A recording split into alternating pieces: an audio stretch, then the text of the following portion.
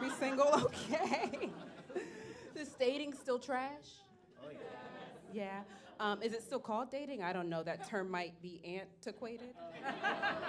Like, seriously, how do you even meet people now? I've heard a lot of buzz about Bumble. What about Facebook? I'm sorry, Meta? Is Meta more for sisters or brothers? Or any relative really to comment under your posts and say how single you really are. But if you like baseball, maybe at a Nats game? You know, arachnid be hard to find someone on the web these days. You know, everyone is just so particular, and personality gotta be fire, fly clothing, nice hair, social butterfly, but they can't toot their own horn. It isn't cute, it isn't mindful, it isn't demure. You see, back in my day, you could just go into mall. Gee, I just realized that was about 20 years ago. You see, I got lucky and married my high school sweetheart. No. I remember it like it was yesterday. He was wearing this oversized yellow jacket. I called it ugly, which probably stung a bit. And you know, after all these years, even when he's being a pest, I wish no weevil upon him and certainly don't want to end up a black widow.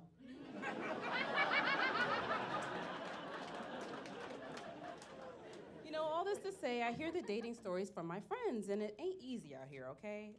Can I share a few with you all? Yeah. Great. One of my girls went on a date recently, and with this guy, he had this brown, shaggy hair down to his earwig. Well, I'm sorry. It wasn't a wig, it just looked fake to me. It was giving real 90s skater boy vibes. He came to her door in Birkenstocks with his musky toes out.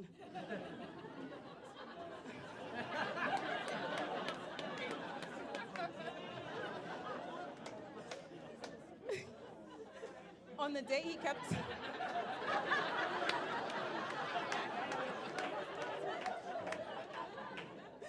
Oh my goodness. On the date, he kept telling her what him and his ex Katie did. And then he broaches a subject that was a little X-rated, just much like my contestants previously before me. How he has a larva lamp, his sheets are silk, worm bubble baths, and other things I don't remember learning in sex ed. Just plaguing her with questions about a soft and slow kiss.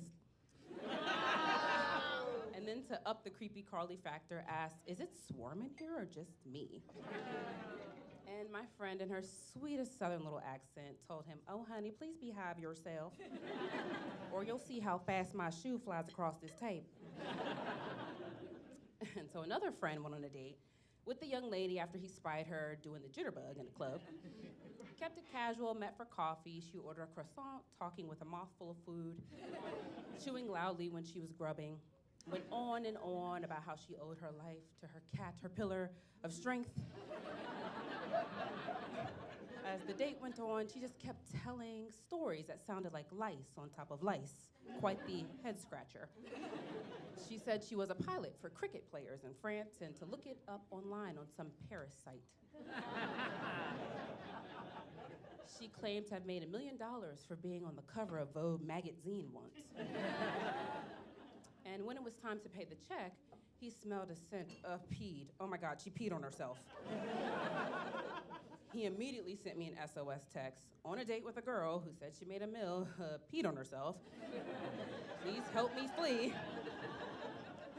This lady bugs me. So I called him, made up some story about his antenna battle with her seasonal allergies, a longtime pollen hater.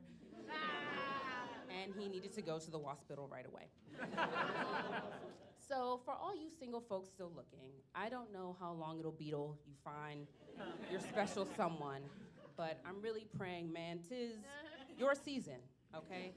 Wishing you all the best. XOXO, bugs and kisses.